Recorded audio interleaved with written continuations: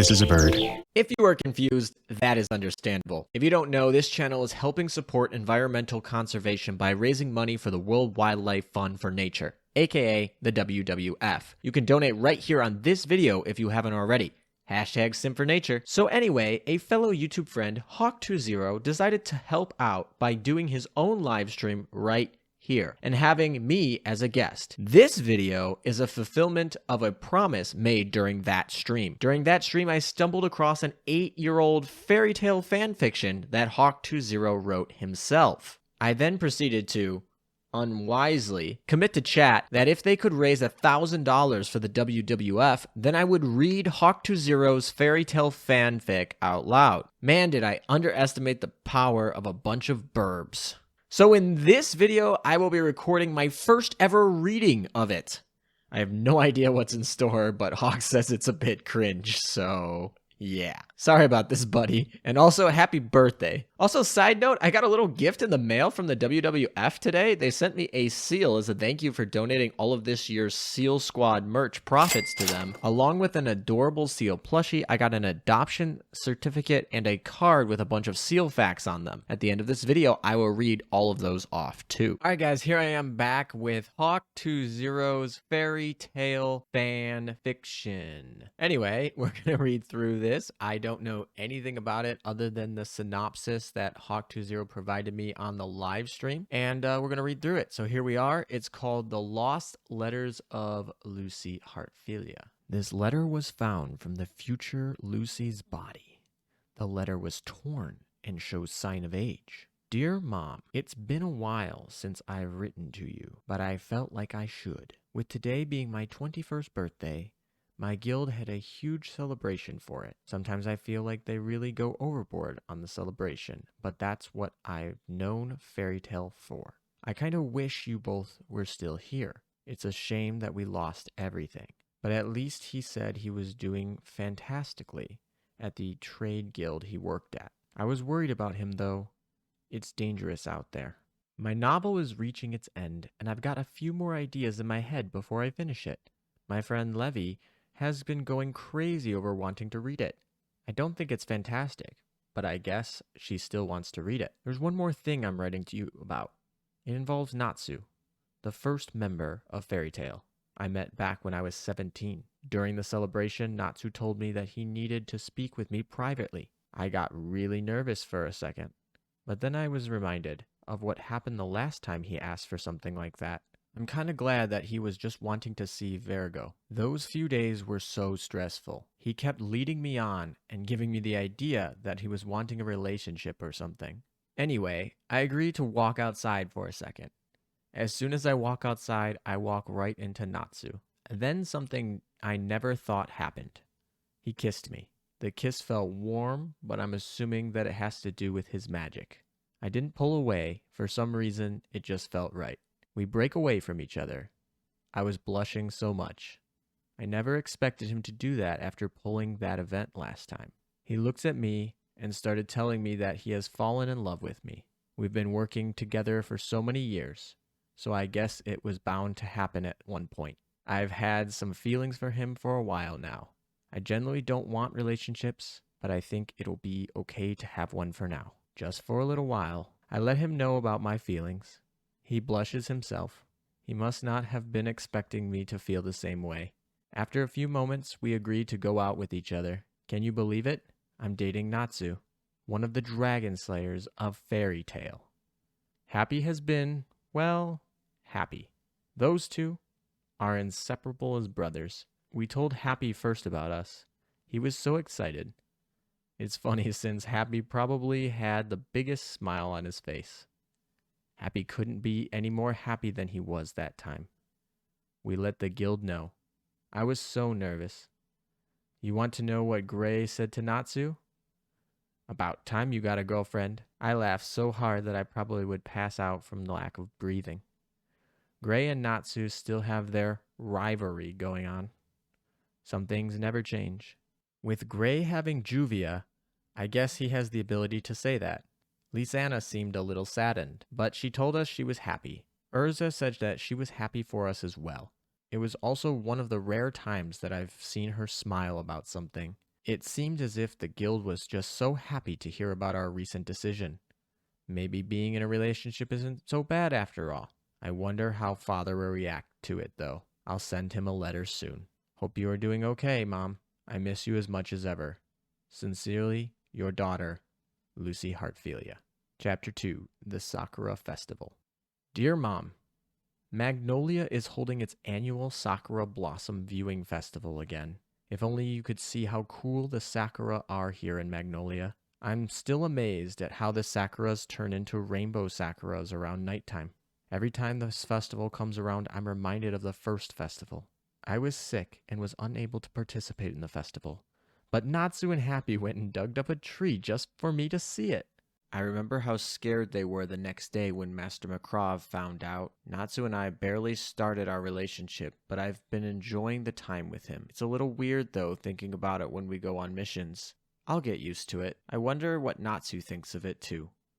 Fairy Tail was holding its own bingo competition during the festival. I feel bad for Urza again. She may have won first, but her prize was terrible. I guess she just has the worst luck when it comes to events like this. I got lucky this time and actually won. I received a little sakura sapling. I'm not great at handling plants as you were, but I'll do my best. I had a lot of fun just spending time with Levy and Wendy. Levy didn't participate in the bingo, mainly because she was reading my novel. She was so jealous of my plant, though, I told her that she should have played. She pouted like a 6-year-old would. It was priceless. The final round for the bingo competition had a really nice prize this year. A week trip for 2 to the new resort that opened up in Southern Fjord. I remember walking by it during one of my missions with Team Natsu, which now has the name Fairy Tail's largest team, with Huvia, Gray, Urza, Wendy, Romeo, Natsu, and myself. Oh, and Happy and Carla as well. The resort looked beautiful. As the game continued, I can tell that Gray was trying to win it. He and Huvia have been talking about taking a break somewhere nice. Those two are so cute together. The surprising thing was that the winner of that round was Natsu. He got so excited and yelled like he usually does. The funny thing was that his outburst nearly set a tree on fire. I don't think Master Makrov has forgiven him for the last incident yet. As soon as he received the tickets, he ran over to me and asked me when I would like to go. We agreed on next week. It's going to be so much fun to spend a few days with Natsu. I was excited when he won that round. Gray was so jealous. Our last mission paid quite well, even though our team is as big as it is. I am sure he can afford it if he wanted to go that badly. I have finished packing now. Natsu and I, and Happy, plan to head out soon. It's going to be a nice change of pace for a while. I miss you and Father so much. Your daughter, Lucy Hartfilia. Chapter 3, A Cold Night to Paradise. Dear Mom, after quite a bit of traveling, Natsu, Happy, and I made it to the Grand Fjord Imperial Resort. It's just as beautiful as it was the first day our team saw it. The evening sun finishes its trek and starts to disappear into the horizon. The cool sea breeze along with sunset makes for quite the romantic sight. I feel the tranquility of the place begin to fill me as I continue to watch the sunset. Natsu and I are glad to finally be here. It was a long 2-day journey for us, and we definitely need the rest. It would have been much shorter if we took a train or even a boat, but Natsu never really liked transportation. I remember how I used to laugh at how he'd be so gung-ho about everything until he would step foot on transportation and heel over sick. I look back at those times and just wish I could do something for him. After all, he's my friend. Well, he's more than a friend to me now, especially after what he did to me yesterday. On our way to the resort, we had a hike through a few mountains. Halfway through the mountains, Natsu noticed it was too dark to continue and started setting up a little camp for us. Within minutes of settling in, it began to snow. With how high we were in the mountains, it made some sense. Even though I love snow, I really hate how cold it can get. Even though Natsu was able to start a fire, it was hard for me to stay warm. I was unable to call for horologium since it was one of the days that he was unavailable.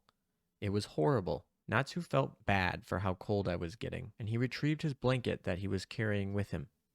He gave it to me and told me that I could rest my back on his chest. At first, I didn't want to do such a thing, but I didn't want to stay cold. Natsu sat down near the fire, and I sat next to him leaning on his chest. I began to feel the warmth coming from his body. It was more than enough to keep me warm. I felt him move a little, and I got up, thinking he was uncomfortable. However, he had taken off his scarf and proceeded to give it to me. Never has he let me borrow his scarf. I sat back down and leaned against him once again. With Natsu, his scarf, the fire, and his blanket, I didn't have any more trouble staying warm. Happy laid down next to us. I envied him for being able to stay warm so easily. It didn't seem to take long for Happy to fall asleep. His soft purring echoed throughout the cave as he slumbered. I turned to look at Natsu, who had just fallen asleep as well. I forgot how cute Natsu can be when he sleeps. He has a small grin on his face as he snores away. His arms remain wrapped around me. I lay my head on his shoulder. Natsu lays his head on mine. We stayed together like that for the rest of the night. My first thoughts on having a relationship like this was skeptical. But now that I'm one with Natsu, I feel like he might be the one for me. It's still too early to tell, but I have a good feeling about the two of us. I miss you both as much as ever. Your daughter, Lucy Hartfilia. Chapter 4. An Unforgettable Sunset. Dear Mom, it's been a few days at the Grand Fior Imperial Resort. I love it here. These past few days have been relaxing and peaceful. I wish I could just stay here forever, but I don't know what I'd do without all my friends back at Fairy Tale. Anyway, Mom, I have another story to tell you. Natsu and I found a nice quiet spot the other day. It was a little bit away from the beach, but I enjoyed isolation from all the chaos. I noticed that Happy and Natsu were arguing with each other about fish. As I began to tune more into their predicament, I noticed both of them holding on to a fishing rod. I had completely forgotten about their annual fishing competition. To me, it still seems like a game, but the way they both treat it makes it seem like it's do or die. I decided to watch as they went at it to see who would catch the most fish. Hours passed and the game stayed neck to neck. I decided to pull out my keys and summon Leo. He asked me to summon him if we ever came to this resort. As I went to summon him, I ended up summoning Aries instead. My first reaction was to check and make sure I didn't grab the wrong key. But before I could do that, Leo appeared and thanked me for summoning Aries. I guess she didn't feel comfortable with appearing without being summoned. He told me that he was waiting to take Aries here for a while. I knew that Aries liked Leo, but I didn't know he liked her as well. It's cute. I've never seen two of my celestial friends dating. I couldn't help but smile at the sight of them. As the sun began to set, the game between Happy and Natsu was forced to end. Surprisingly, Happy won. It was about as surprising as when he won the 24-hour marathon a few years ago. Happy was jumping up and down, pleased with his recent victory. Happy makes me laugh all the time. It's not often that you get to see a blue cat jump up and down with the largest grin on his face. I was so focused on Happy, I didn't notice Natsu sitting down next to me. After trying to convince me that he let Happy win, he lets out a sigh of defeat and gives in. I turned my attention to the sun retreating to the horizon. The sunset was so pretty today. Natsu even commented on how cool it looked. I take a moment to position myself to lean on him before agreeing with him. He places his arm around me and mentions that he has a surprise for me. As I turned to face him, I noticed he moved his head closer to me. For some reason, I can't help but do the same. As we move even closer, I look to Natsu. His small black eyes look back into mine. When our lips connect, I can feel the warmth of his kiss. My mind didn't want to think about anything else besides myself, Natsu, and this kiss. Mom, I love him. I love Natsu. He means so much to me, and moments like this are unforgettable. We separate after what feels like minutes. After my mind returned from its previous thoughts, I notice Leo and Aries looking at the two of us, smiling. I think my face was completely red from blushing. Natsu looked confused at me until he saw Leo and Aries. He let out a laugh as he got up and extended a hand to me. As we both got up, I went to pick up my belongings as Natsu ran off to talk with Leo and Aries. Mom, I'm so glad to be with Natsu. We've been friends for so long, and now I feel like our relationship is stronger than ever before. I hope you and Father are well. I'll write to you again soon. Your daughter, Lucy Hartfilia. Chapter 5, A Friendly Proposal. Dear Mom, it's great to be back home from Natsu and my little vacation. I may have enjoyed being able to relax for the week, but I was really starting to get homesick. I can't wait to get back into things and go on another job with my team again. Today was the first day back to Fairy Tale. As soon as I walked in, Levy ambushed me, asking about what happened during the past week. I told her about everything, from our night in the cold mountain to the interesting competition between Happy and Natsu. Levy told me that she was glad to have me back and told me that Gajil has been acting weird recently. He was a little reserved from her and acting like something's wrong. I told her that I would check in with him. When we first met, Gajil and I weren't on really good terms. Thankfully, he's turned around a lot as soon as he joined Fairy Tale.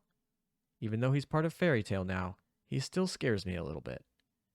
Fortunately, as I made my way up the staircase leading to the S-class area, Natsu ran into me. I asked him to help me talk to Gajil about something. He said he would and took me to Gajil. Gajil sat in his usual spot in the corner that overlooks the entrance to the guild. He was enjoying a little iron for a snack. Oh, I forgot to mention to you that Gajil is one of the dragon slayers of Fairy Tale. He eats iron to regain his strength, like how Natsu eats fire to do the same. He looks over and spots Natsu and I walking towards him. He gets up and runs to me. His behavior was a little unusual for what I've known him for. If I didn't have Natsu with me, I probably would have gotten nervous. Gajil told me that he needed something from me, one of my clean and unused books. I asked him why he would need something like that. At first, Gajil tried to avoid the question, but after some interrogating, Gajil gave in and told Natsu and I that he was planning to propose to Levy.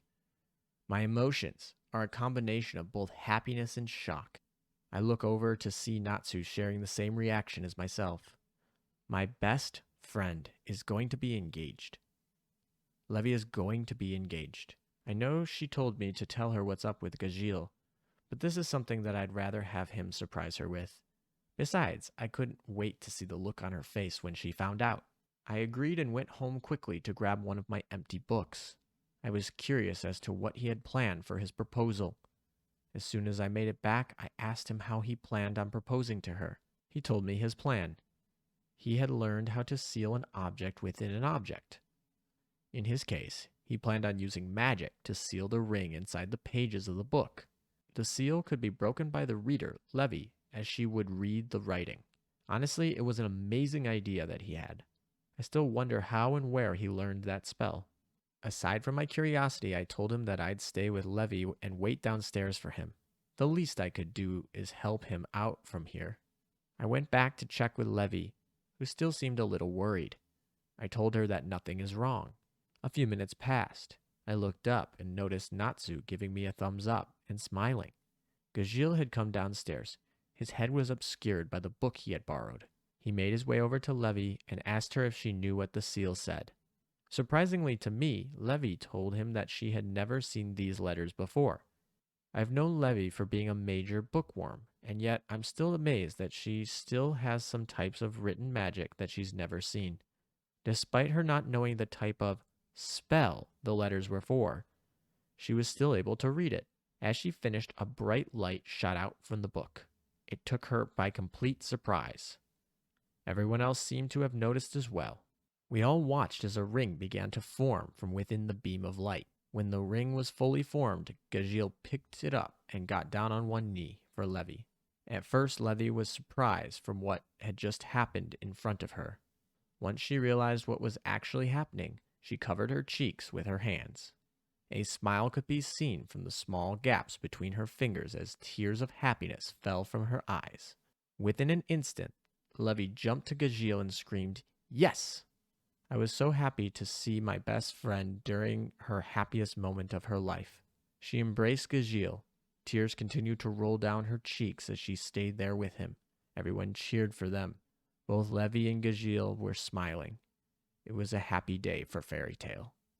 I love magic. It's amazing what anyone can do with it.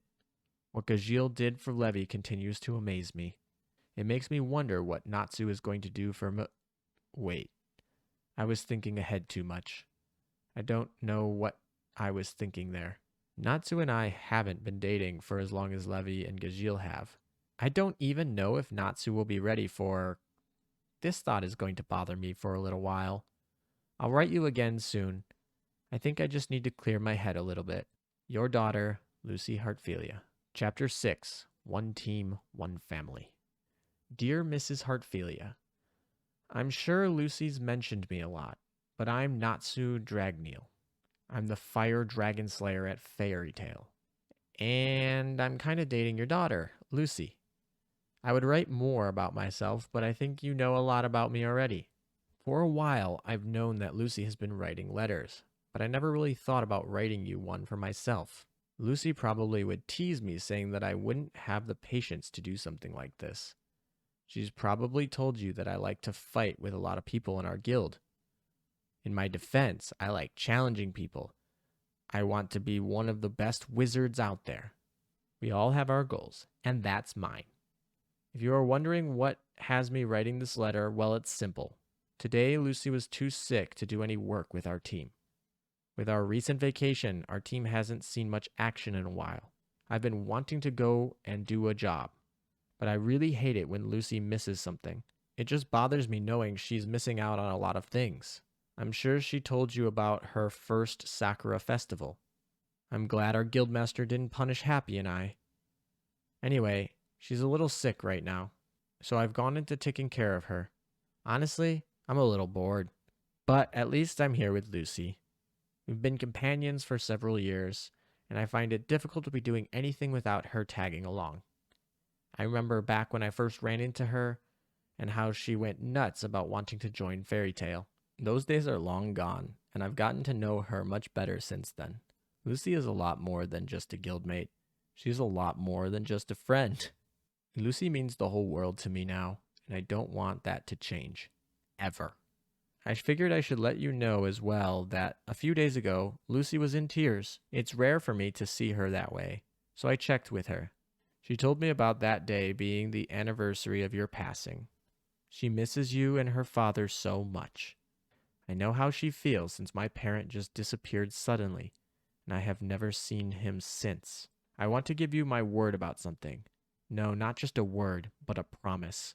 I know Lucy may not have a lot of actual family around, but I will do everything I can to be there for her. Lucy's part of my family, and I want to be just like family. I will support her and do everything I can. It hurts me to see her down. I don't want her to feel that way. I love seeing her smile. To me, Lucy, Happy, and I are a lot more than just friends. We're one small little family. Even our little team of ours is family to me. I will always value my friends and family more than anything. Well, I should check on Lucy and see how she's feeling. I wonder if she rereads any of her letters. She might find this one, but I don't really care. Natsu Dragneel. Chapter 7. Together as One. Dear Mom, sorry for not being able to write for a while. I was away with Team Natsu doing an S-class job. We've had our share of missions in the past, but this one was a lot tougher than I had imagined. I'm glad we had Wendy with us, otherwise we may have not made it back. The mission was to subdue 2 wizards. Sounds simple, right? What we didn't know was that this 2 wizards made up the group Manos del Diablo, or the Devil's Hands. They were the 2 darkest wizards throughout the land, aside from Zareth. We had a long fight with them. It was scary seeing how powerful they were. So scary that I froze in fear. One of them would have hit me, but Natsu. He jumped in and took the hit for me. It was all in slow motion. I watched as the spell's beam hit Natsu head on. He let out a cry of pain as he fell to the ground. I ran over him with Wendy and carried him away so that she could heal him. Once we were a safe distance away, I noticed how his body began to lock up. It was a paralysis spell. Natsu couldn't move. He cried in pain as his body slowly began to immobilize. I asked him why he did something so rash. He told me about how he felt when Phantom Lord kidnapped me. He felt so lost and was so scared of what would happen if he failed. He was scared of losing me. He didn't want to lose me. He told me that he would fight for me even if that fight would be his last. He told me that together we can do anything. I embraced Natsu. I could feel the weakness of his motionless body. A tear made its way down my cheek as I strayed with him while Wendy worked her magic, no pun intended. Within a few minutes, Wendy had finished reversing the effects of the paralysis. As Natsu began to stand back up, I put my hand on his shoulder. I told him that I want and will fight for him as well. He smiled and asked if we should try what we've been practicing a little. I nodded in agreement, since we were running out of options in our fight. I took his hand and began to chant to activate Uranometria.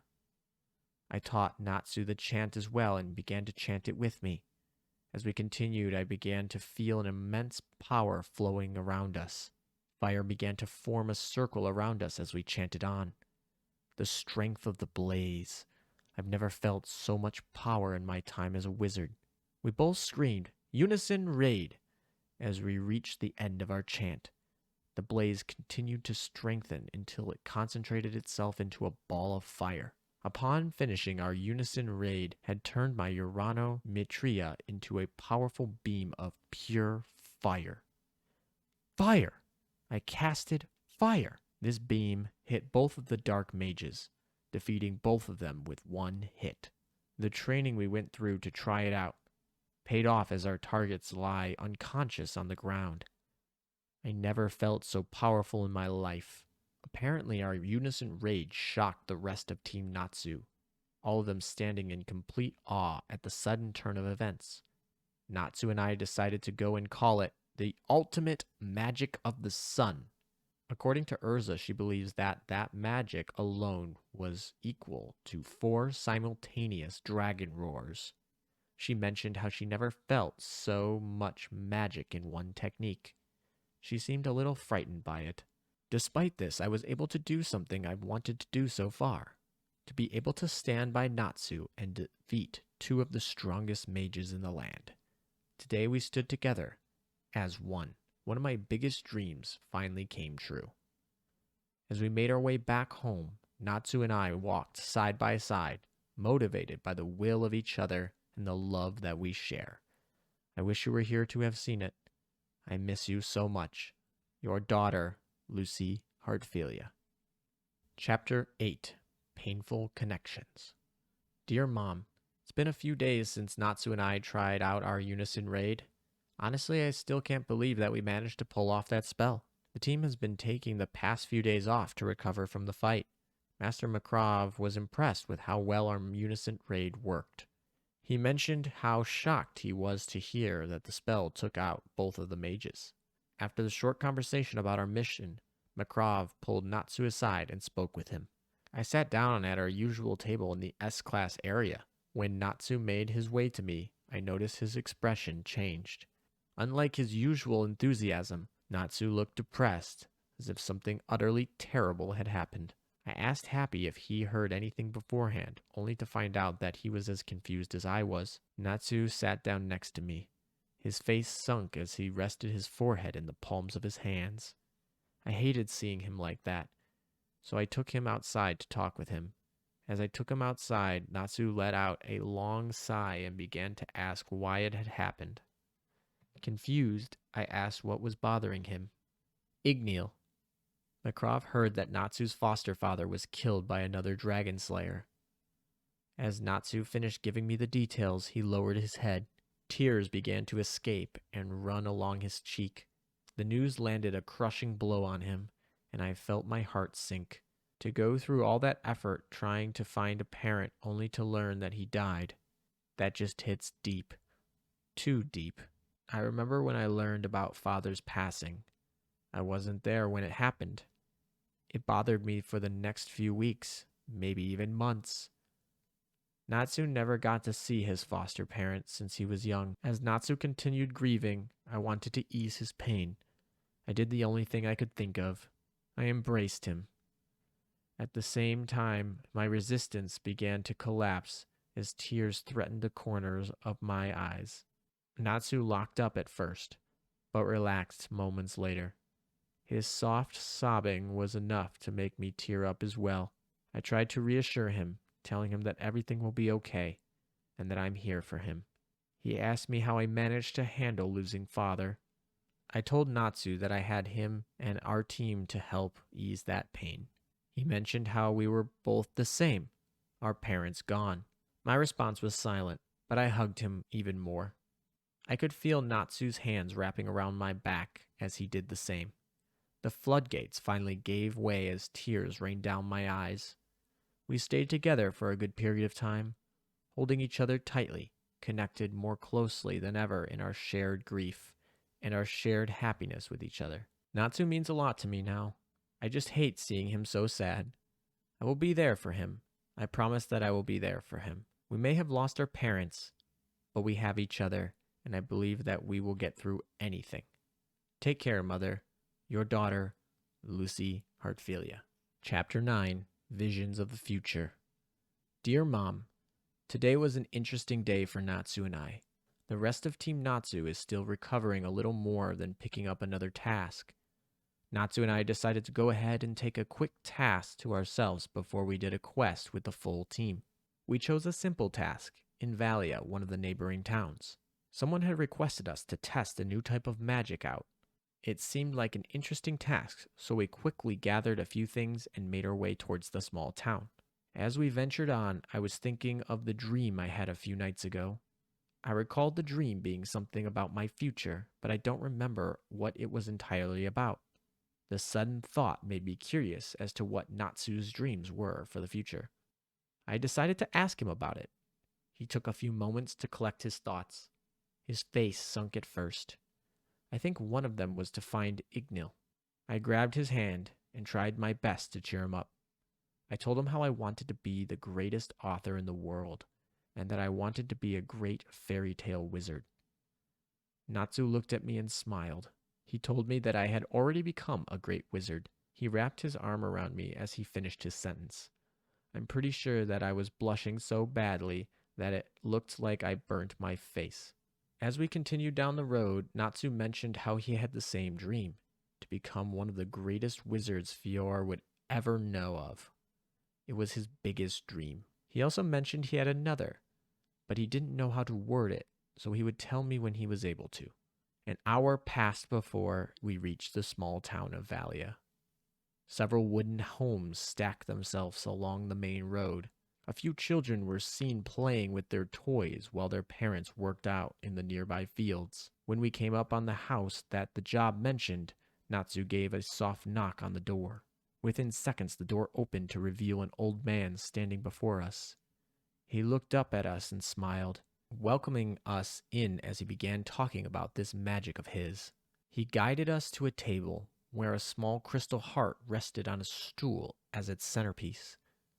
The old man began to tell us that the crystal contained an unknown magic, one that could show its users the things he and she desired the most. The old man then asked us to hold it in our hands and see if it worked for us.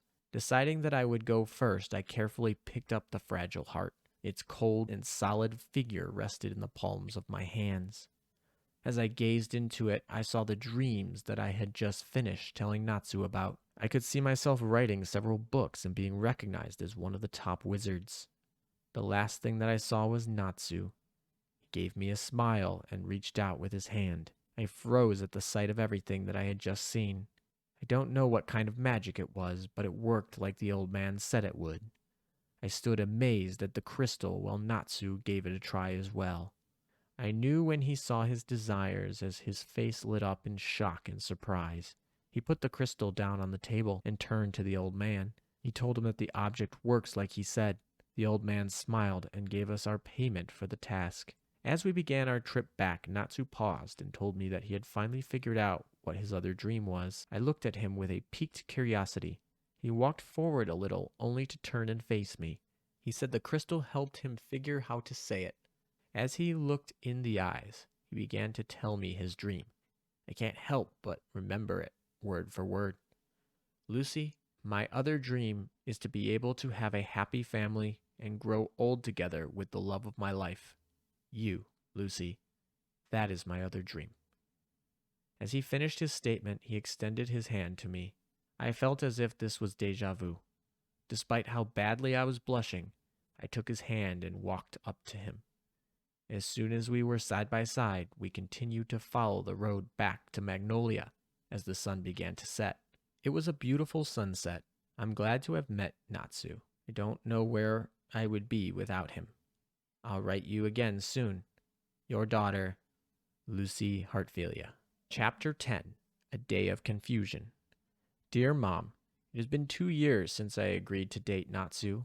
These past 2 years have been filled with nothing but happiness and memories. The relationship that we share together continues to strengthen as time continues onwards. After spending so much time with Natsu, I thought that I would finally understand him.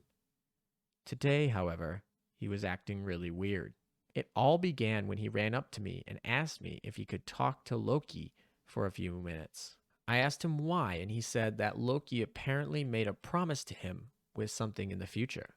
It reminded me of when Loki promised to help Gray in his S-Class trial a while back. I even remember how upset Wendy was with how they battled her.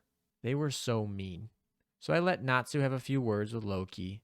Natsu's request to speak with him in private began to pique my curiosity.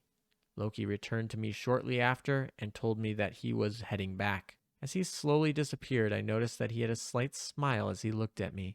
I wonder what Natsu was talking to him about. Maybe he needed a task to be done, and he needed him as a partner. Or maybe he has something else that he needed help with. He could have asked me about it. I would have helped him without hesitation. The rest of the day was spent trying to obtain information from Natsu. Despite my efforts, I was unable to figure out anything. The only thing that he said is that he needed to set something up for an old friend of his. He seemed very panicky as he finished his sentence. Before I knew it, he ran off saying he had to go do something. I really have no idea what was going on at all. I told Levy and Wendy about it. The expression on Levy's face made me think that she knew what was going on, but she denied knowing anything.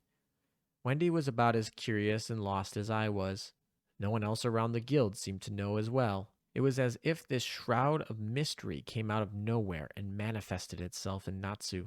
I don't know what to expect from him now. It scares me to experience him like this. But hopefully whatever it is will pass soon. This day seemed like nothing but confusion. Miss you so much. Love you. Your daughter, Lucy Hartfilia. Chapter 11. Together Forever. Dear Mom, so I finally found out what left me so confused over the last week. It really bothered me that he had to keep it such a secret for so long. Natsu asked me to go with him to visit the so-called legendary traveling merchant. Honestly, I didn't know much about him until Natsu mentioned that the merchant always has some of the rarest items in the world for sale. I figured it'd be a great chance for me to get some new friends. There are so many keys that I've yet to obtain that I couldn't wait to see what ones this merchant had. Natsu mentioned that the merchant is at a nearby inn just a few blocks away from the guild. Fortunately, it wasn't too far from my house, so I told Natsu that I needed to stop by to grab some extra money. I thought that since this merchant would have a lot of rare items, the items might be really expensive. After a short stop home, we made our way to the inn. While I was rather eager to see this merchant, I noticed Natsu was acting rather nervous for some reason. As soon as I brought up his behavior, he froze quickly, stating that he was hoping that the merchant would have something he really needed. I wonder what exactly he was needing to get. I wondered if it had to do with calling Leo a while back. As we reached the inn, a large tent had been set up near the main door. Unlike most tents, this one was rather large and decorated with purple silk fabric. The tent was rather gaudy and stuck out like a sore thumb. What surprised me more was the inside of the tent. Several seemingly endless rows of tables lined up side by side across the store. Several magic items rested on every table, each item different from the next. The walls were covered by shelves containing treasures from around the nation. I'd be lying, Mom, if I didn't say this place looked bigger on the inside. I've never seen some of these items before, so his reputation was accurate. Despite the numerous items on display throughout the store, very few of them were keys. As I made my way over the corner where the keys were displayed, I ran into the merchant himself. He gave a wide grin as he greeted both of us. Natsu quickly ran over to him and began to ask him what type of rings he had. I recall blushing heavily as my imagination began to climb mountains. As soon as the merchant answered Natsu, he looked over at me, my imagination already breaking the atmosphere at that point. What he said next was completely, and I mean completely, unexpected. He asked me to summon Leo. I stood shocked. I remember that he did the same thing with Virgo, but to do it again hurt. I lowered my head as my feelings began to well up inside me. Natsu ran over to me, but before he could say anything, Leo appeared, asking what was wrong. I told him off and mentioned that Natsu needed me. At first, Leo seemed agitated at Natsu, giving a rather annoyed look at him. Leo spent the next few moments observing his surroundings. Confused with where he was, Leo asked Natsu if this was the person, only to have Natsu confirm his guess. Meanwhile, surprised by the presence of a spirit, the merchant welcomed Leo into the store and asked what brought him here. Natsu mentioned that he was looking into the leopard's wraith ring. Within an instant, the merchant walked over to the spirit and pulled out the requested ring. He gave it to Leo, saying that his very presence in the store was enough of a payment. Leo thanked him and turned to Natsu. He told him that he should do it soon before things might get out of hand. I remained confused as Natsu gave Leo a nod before the latter returned to the spirit realm. We left the store shortly after. My hopes remained crushed as we ventured our way to my house. As soon as we reached the front door, Natsu mentioned that he had something to tell me. Honestly, my expectations weren't too high after what unfolded at the merchant's place. Before saying anything, though, Natsu asked me what was wrong. Wanting to lie, I reluctantly told him my feelings. He paused for a second before speaking. He began to remind me of the times we've had together. He brought back the week we spent in the resort, the time he lost to Happy in the fishing contest, Gajil's proposal to Levy, and the magic we tested. Everything was just happy memories the two of us shared together. It really has been an amazing 2 years. As he finished recalling everything, he looked me in the eyes and asked if I remembered what his second dream was. I told him that I couldn't forget it. He mentioned that he should have done this a little earlier, but was hoping to find the right thing. Thankfully, he did. Within seconds, Natsu knelt down and ignited his right hand. Again, confusion struck me as he stayed there. As I watched, his flame weakened, and a circular object became visible in the palm of his hand. A ring, Mom. It was a ring. Tears of happiness fell down my cheeks as Natsu's flame died out. He told me the ring was called the Eternal Blaze Ring. As I examined the ring, the diamond held a small flame inside it. He told me that he has enjoyed all the time that we have spent together. As he finished, he asked me the question that I've been waiting for. I told him how much he meant to me, how because of him I was able to be in Fairy Tale. He was the first person who was willing to put his life on the line when I was in danger. The small things he did for me from my first Sakura festival to that cold day in the mountains. There's just no way I would ever deny Natsu something he deserves so much. As tears of happiness continued to fall, I embraced Natsu, saying yes several times. I couldn't be happier. Finally, Natsu and I will be together forever. Moments passed as we stayed in each other's embrace. The world slowly faded as we celebrated our shared happiness. Mother, I'm engaged to Natsu. This is definitely the happiest moment of my life. I wish you were here to see it all. I will write you again soon. I need to go and plan out our wedding. Your daughter, Lucy Hartfilia. Chapter 12, A Troublesome Reunion. Dear Mom, Natsu and I finalized all our plans for the wedding. We've set the day for 2 months from now. We're both so excited to finally spend the rest of our lives together. Ever since that day he proposed to me, my life has felt like a dream. What's funny is Happy still continues to tease me about liking Natsu, still rolling his tongue when he says it. I got him back recently. He still has feelings for Charla ever since he first met her back when we formed our 4-guild alliance. Natsu and I teased him for it, thinking it was a way to get some payback for all the times he has teased us. He was never so defensive about it that it made the two of us laugh. I've never seen him get so agitated before. It almost looked like his entire face turned red. Speaking of exceeds, today the exceeds from Idolas have finally found all the exceeds they sent down here to Earth. Fairytale decided to help by having Natsu, Wendy, Gajil, Levy, and myself work with them. There was a lot of celebrating going on amongst the exceeds today. What was more surprising was learning that Happy had met his parents while we were all in Idolas. Charla also learned that the queen was her mother as well. I never thought that Charla have some nobility in her. It shocked all of us. Happy said that he thought so, but I'm certain that he did not know it all. Among the other surprises, Natsu and I ran into Frosh and Lecter. I recall that they were with Sting and Rogue when we first met them. I decided to ask them if Sting and Rogue were around. Upon mentioning their names, Frosh became depressed. Even Lecter lowered his head. Both of us had assumed the worst, that they were killed. After a few moments, Lecter pulled us aside and began to tell us what happened. Unbelievable. Lecter began to mention how Rogue changed from the way he was years ago.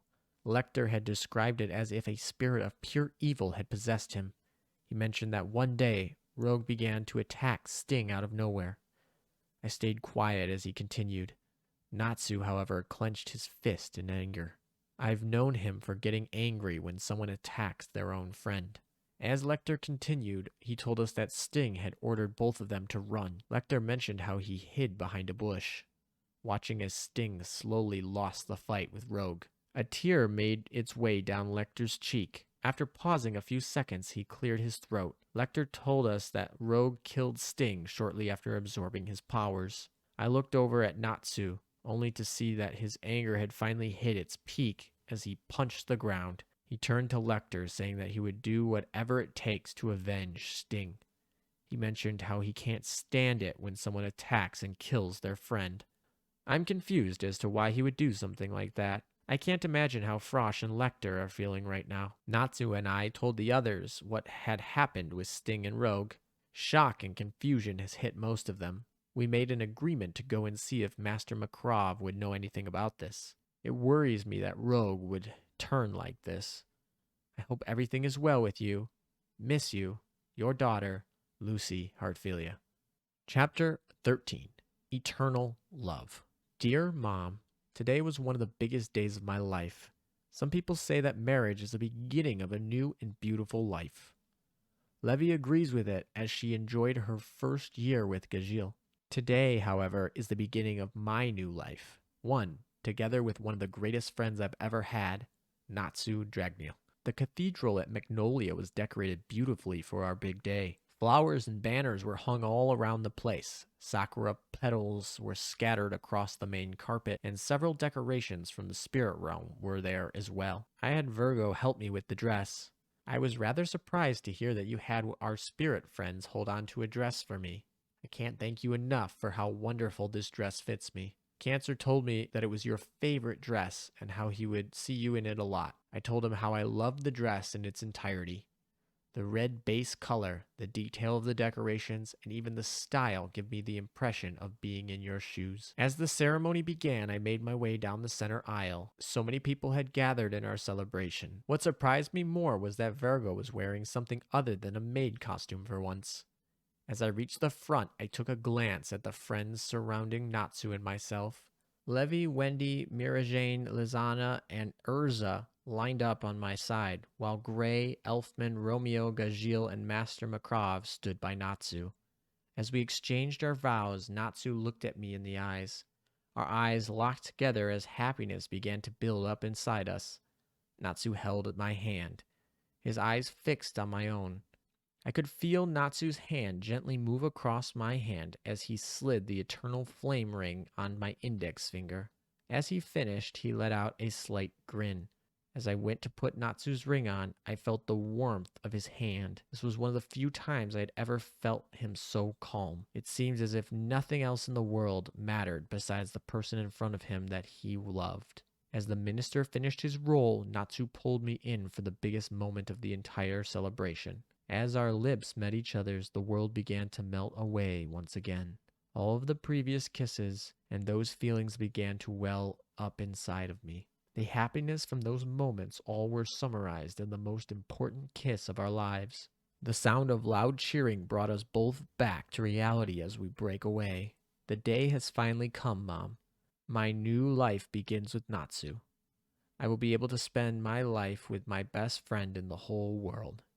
As I suddenly recall Natsu's second dream once again, tears of happiness fell from the corners of my eyes. Within moments, Natsu picked me up and carried me out the main doorway. As we exited, the first thing I noticed was a carriage. As if by instinct, I asked Natsu if he was going to be okay with riding in this. He smiled at me and told me that he asked Wendy to cast her Troya spell on him for the duration of the ride. After settling in, the carriage took off to a destination only Natsu knows of. I wonder where he'll be taking me. He only mentioned that it would be somewhere important to the two of us. The number of places that match that requirement are many, but that's not entirely what my mind is focused on now. As I write, Natsu has fallen asleep with his arms around me. Just like before in the mountains, I lay against his warm body. I take one last glance at him. He smiles as he sleeps away. I'll write you again soon, Mom. I love you so much. Your daughter, Lucy Dragneel. Chapter 14, A Short-Lived Honeymoon. Dear Mom, I'm rather surprised that Natsu has taken me to Harjin for our honeymoon.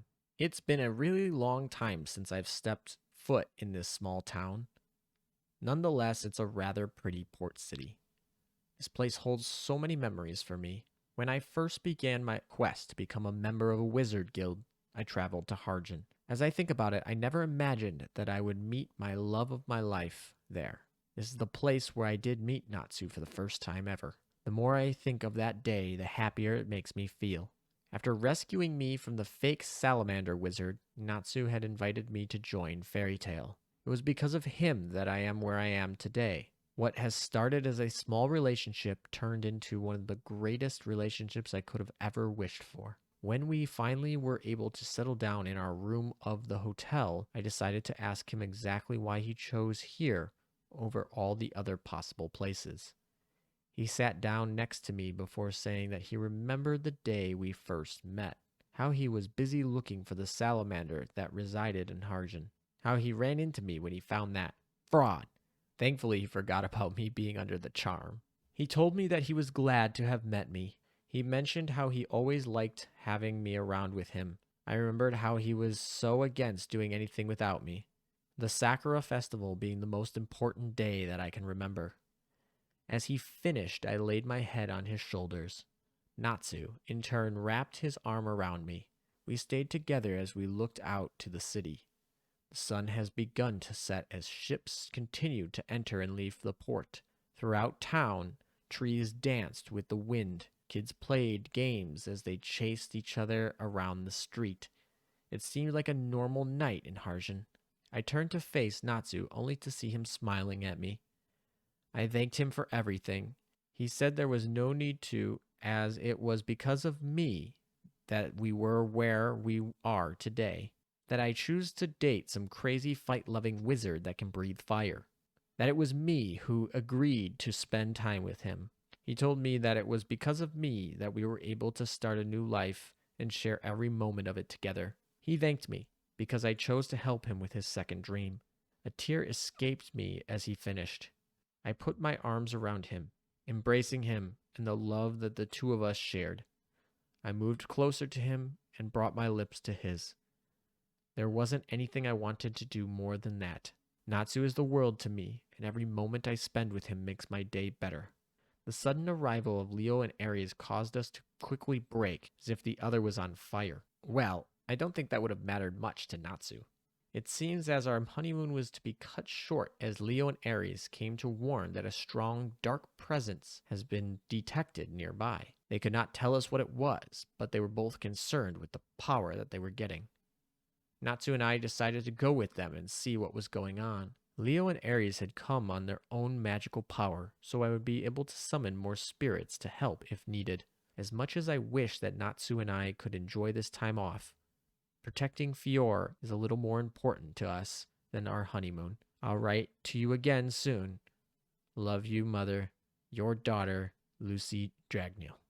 Chapter 15 Time and Darkness. Dear Mom, Loki, Ares, Natsu, Happy, and I ran to the southern border of Harjan to check what this dark power is. As we finally reached the place, we noticed a dark figure standing near the middle of the road. The figure stared at us before mentioning that it has been a while since we last met. I originally had no idea who it was, but Natsu was able to figure it out by the scent he picked up. Rogue Cheney, one of the dragon slayers we encountered a while ago during the magic games. Natsu clenched his fists in anger and asked him why he had to go kill his partner, Sting. Before answering, Rogue let out a crazed laugh. I stood in fear at how much it seemed Rogue had changed. Rogue went on mentioning how he saw Sting as a means to an end. He killed him in order to absorb the power he needed. The answer only seemed to have angered Natsu even more. I could see the amount of anger in Natsu. He always wanted to protect his teammates and despised anyone who killed their allies. Rogue continued to laugh while Natsu began calling him a coward and a traitor. Rogue suddenly switched his focus to me. He stared at me with a look of pure hatred. He pointed at me and began to say that because of me, he is unable to fully achieve his goal as the Dragon King. It took me a few seconds before I figured that he was talking about the Eclipse Gate. If Yukino and I had not done anything about it, I don't know what would have happened to Fiora that day. My concentration was broken as I noticed Rogue charging at me. Natsu intercepted him, only to take the full power of his attack. I never sensed the amount of energy in an attack ever in my life. It was powerful enough to knock Natsu unconscious. Natsu's efforts did not go to waste, though, as Rogue had taken a hit as well. Natsu? My mind began to worry about Natsu's state. I found it hard for me to focus with him lying on the ground. Loki and Ares told me to go and get out of here. Despite my life being in danger, I demanded to stay and help fight. I quickly summoned Taurus and Scorpio, and together the four spirits charged Rogue. Rogue was surprised to see four spirits at once, but was able to quickly take out all four of them. The power Rogue had was unbelievable. I found myself alone with this dark wizard. As Rogue began to attack again, I saw my own life flash before my eyes. I was scared. I feared that this was the end. Suddenly, an ice shield appeared in front of me and blocked Rogue's attack. As soon as Rogue noticed the block, he was soon caught in a circle of water. I had no idea what happened until I heard the last spell. Roar of the Dragon Sky! A powerful gust of wind flew past me and hit Rogue directly. He was sent flying into the nearby tree. As I turned to where the attack had originated from, I saw Urza, Gray, Juvia, Romeo, and Wendy stood behind me. They quickly ran over to Natsu and I. Wendy began to tend Natsu by her healing magic. Wendy's healing magic had improved significantly and was able to make Natsu conscious again. I let out a thankful sigh and hugged Natsu. Within a moment, Rogue recovered and stated that he knew this would happen. Team Natsu glanced at him confused. He stated how he knew it would be difficult to defeat me since I was with my friends. Within seconds, he raised his hand. We all prepared for his next attack. A large magic circle appeared around him and he stated that he's going to have to take care of me before my actions ruined his goal. And with that statement, Rogue vanished into thin air. I recalled that type of magic from when I closed the Eclipse Gate with Yukino. It was then that I realized what his plan was. He went back in time to stop my past self from closing the gate. If he does that, then everything that happened from that time would never happen. After letting the rest of the team know what his plan was, I had to make a choice, one that I didn't like. I would have to follow him back in time to stop him from killing my younger self. Urza warned me about going back in time and how my own presence there would change the future. I told her that is a risk I was going to have to accept regardless. They then asked how I was going to go back in time. I mentioned that I can use the Eclipse Gate to do so. They were afraid that reopening the gate would bring more dragons, but I assured them that that wouldn't happen. We began preparations for my travel back in time. I managed to get a dark hooded robe to better hide my identity. Natsu said that he wanted to come with me, stating that he doesn't like me to be on my own in this. Reluctantly, I told him that the more people that traveled back in time, the more likely the present time would be affected. I didn't like the idea either, But if it's to save my life and the lives of Fior, then it is a sacrifice I will have to make. Still, it bothers me thinking that I might run into my younger self and a younger Natsu. What bothers me the most is that the time I live in might never happen as it did now. The 2 or 3 years with Natsu, our wedding, everything might change. I hope that as long as I stop Rogue, nothing changes in the current time. I'm not sure when I will be able to write another letter. I only have a few more hours in this time, so I will do what I can beforehand. Love you, Mother. Your daughter, Lucy Dragneel. The final bonus chapter, Chapter 16, A Letter to Lucy Heartfilia. Lucy Heartfilia, I know that a lot has happened in such a small amount of time. Honestly, I didn't know what to do if and when I would run into my younger self. I'm sure you know the reason as to why I just happened to be in your time. Anyway, I figured I might as well write a note to you in case anything should happen to me while I'm here. The future I came from is full of danger. Fior experienced a rather devastating event that put everyone throughout the land in danger. It was because of the actions of one person that managed to stop such a disaster from worsening. As Rogue may or may not tell you, that one person is you, Lucy. Not far from now, the Eclipse Gate will be opened, and several dragons will threaten the survival of the entire kingdom. Thanks to your actions, the gate is closed, preventing more dragons from making their way into your time. Another important thing, live for your friends. I'm sure you've heard this a lot, but nonetheless, it's important. Be there for them and protect them as always. I've been through almost losing one of my closest guildmates before, so you can never know what will happen. Despite the rather dark future, know that darkness cannot exist without light. There were still a lot of happy times for myself. If you are wondering why I'm telling you this, well, Rogue and myself's appearance in the past may have forever altered your future, and you may never get the chance to experience the moments I have. Cherish your friends. Your friendships will strengthen, some even more than others. Also, keep Natsu close to you. You may never know how important he will be to you in the future. There are several moments that I find hard to describe to you in this letter alone. I have brought a few of my letters for our mother to this time, and I want you to read them. The time I've had in these letters alone will show you the future you may never get to experience. Whether you choose to read them is your call and yours alone. Be careful if you decide to share them with any of your guildmates. You may not know what might happen later. Never give in, never lose hope. Live for your friends and cherish every moment of your life with everyone. Sincerely, Lucy Dragneel. P.S. Yes, in my time, my last name is Dragneel, and Natsu is my husband. The end. Oh my gosh, that was a long time. Let me know down in the comments, guys, what you thought about this story. Oh my, I'm probably going to have to cut a bunch of this reading this. So yeah, all right. That wasn't too bad, Hawk. That wasn't too bad. Clap for Hawk. That wasn't too bad of a story.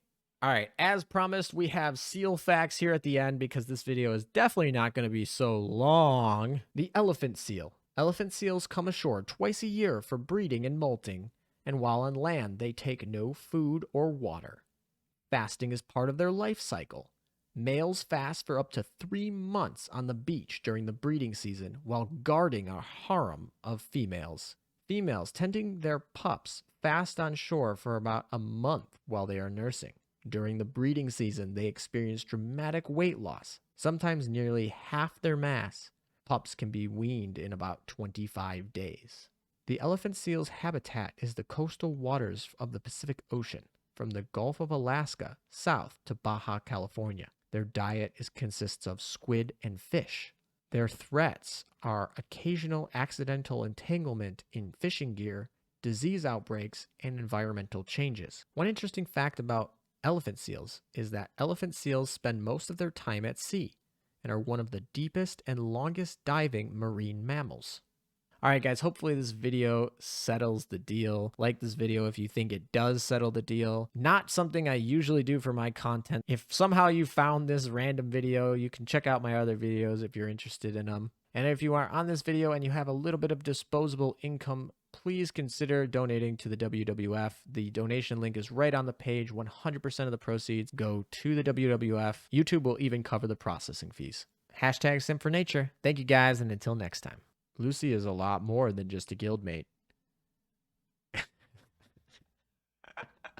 Oh my gosh.